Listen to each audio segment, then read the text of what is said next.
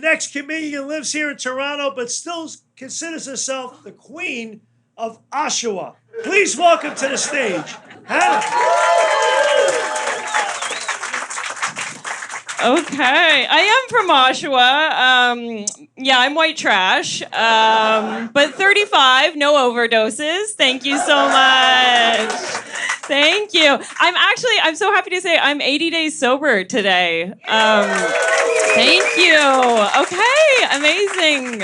Some of you didn't clap, so that's crazy. You want me to relapse? Wow, rude. I don't want to have... No, it is. I'll be honest, I'm doing well, but it is a little bit harder to stay sober in the summertime because every time it's nice out, every time it's sunny, I'm like, oh, what a perfect day for patio cocaine. I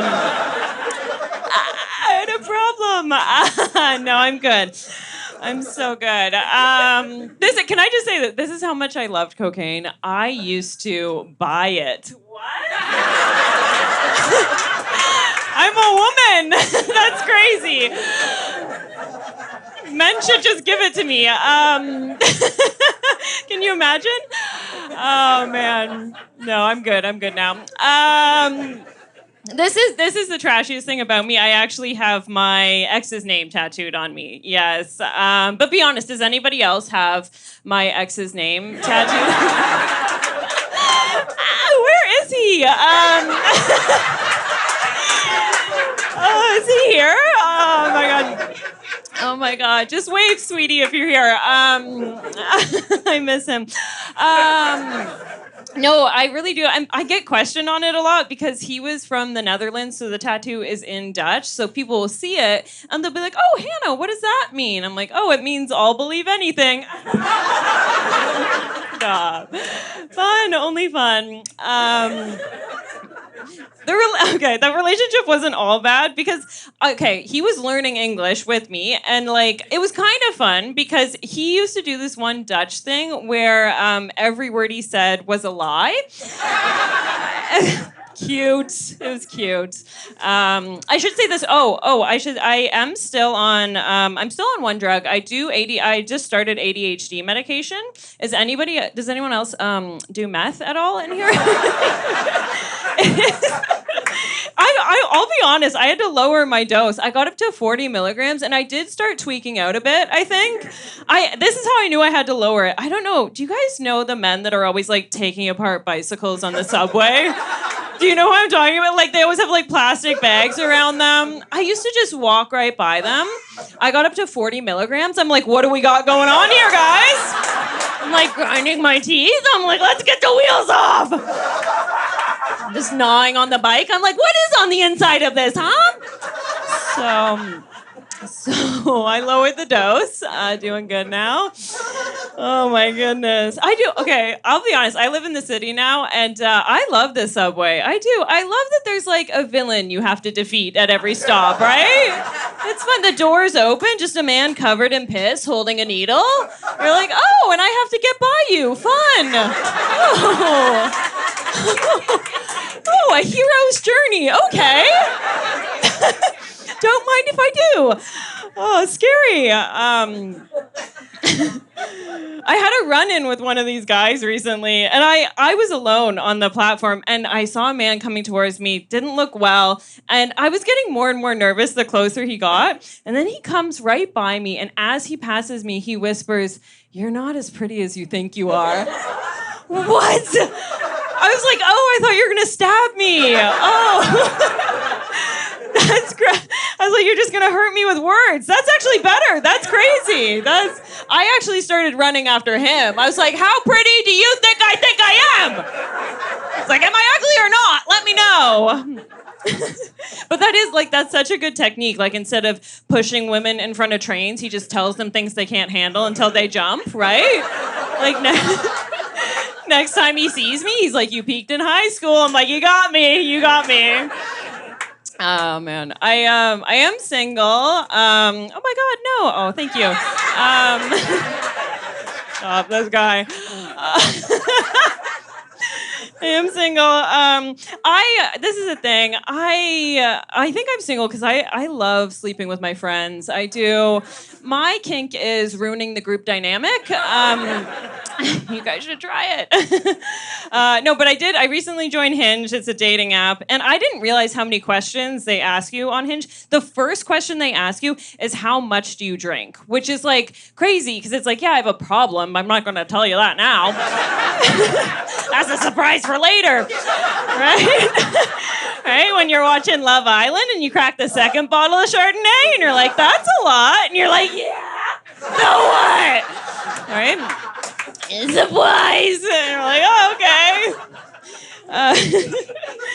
But they also ask you your political party, which again, it's like I don't really want to know right away if my boyfriend's like conservative, or I want to find out the old-fashioned way, right? And like catch him listening to Joe Rogan, all right? And be like, hey, like catch him sucking a dick, and you're like, oh, you're NDP, okay. But no, the last thing they ask you before you get on the app is you have to pick like what kind of relationship you want, and you can choose. You can choose short term or long term. It's like, okay, yeah, I'm a girl on a dating app, obviously long term, right? Like if I wanted to get laid, I wouldn't be on an app. I would go outside, right? Like I would just go outside and be like, who wants sex? And men would pop out of dumpsters and be like, did someone say sex? Right? Just scuttle across the road with a banana peel on their face. And I'd be like, yeah, come and get it. Right? I don't need an app for that, right? Yeah, but I don't want to say long term either, because then you scare men away, right? So like, you have to lie or whatever. You have to go on there and you have to be like, oh, I'm casual. My favorite hobbies are working out and blowjobs. Right? And then men are like, well, I like blowjobs, right? And you're like, yeah, more blowjobs this way. Hey, follow me. Right? And then men are like, okay. And then you trap them, right? You trap them and then you get married and then you go, just kidding.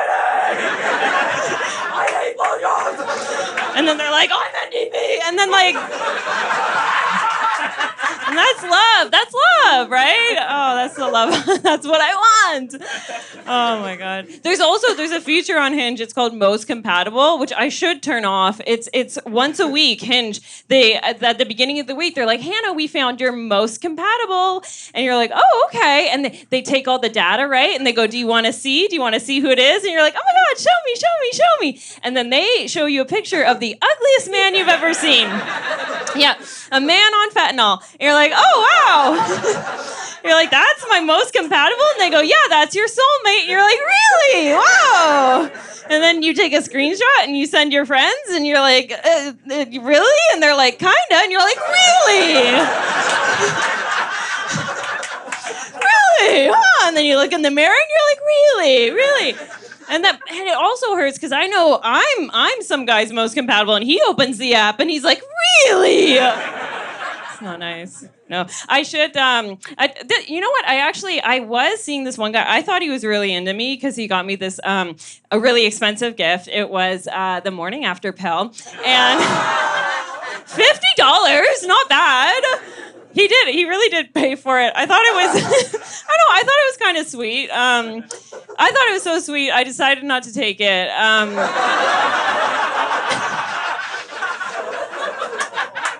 He's gonna make a good dad. I took it, but I took it in the afternoon to give him a head start. And I was like, swim faster. No. Oopsies, we're a family now. No, I took it. I did. I should have a baby though. I should, because I'm 35 actually. Oh my God! Again, stop. This guy, stop. Oh my God. Okay.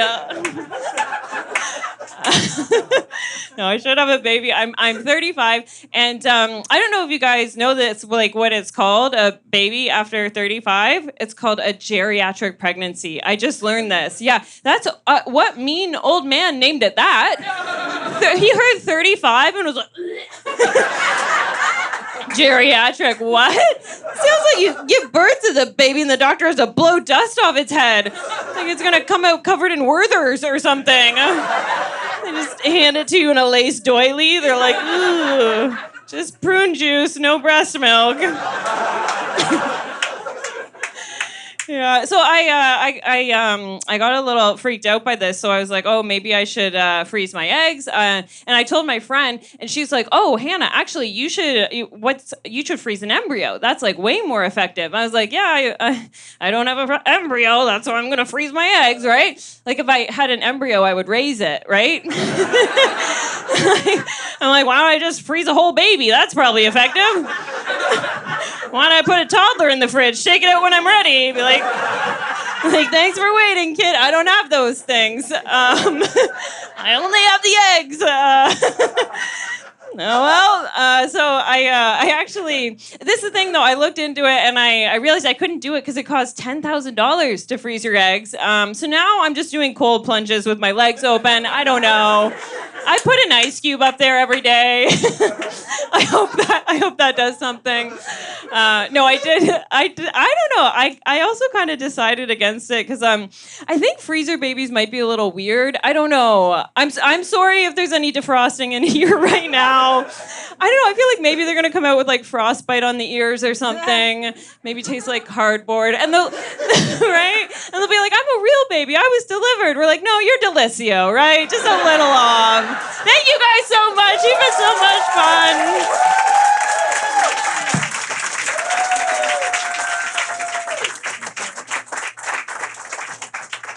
Give it up for Hannah. That was awesome.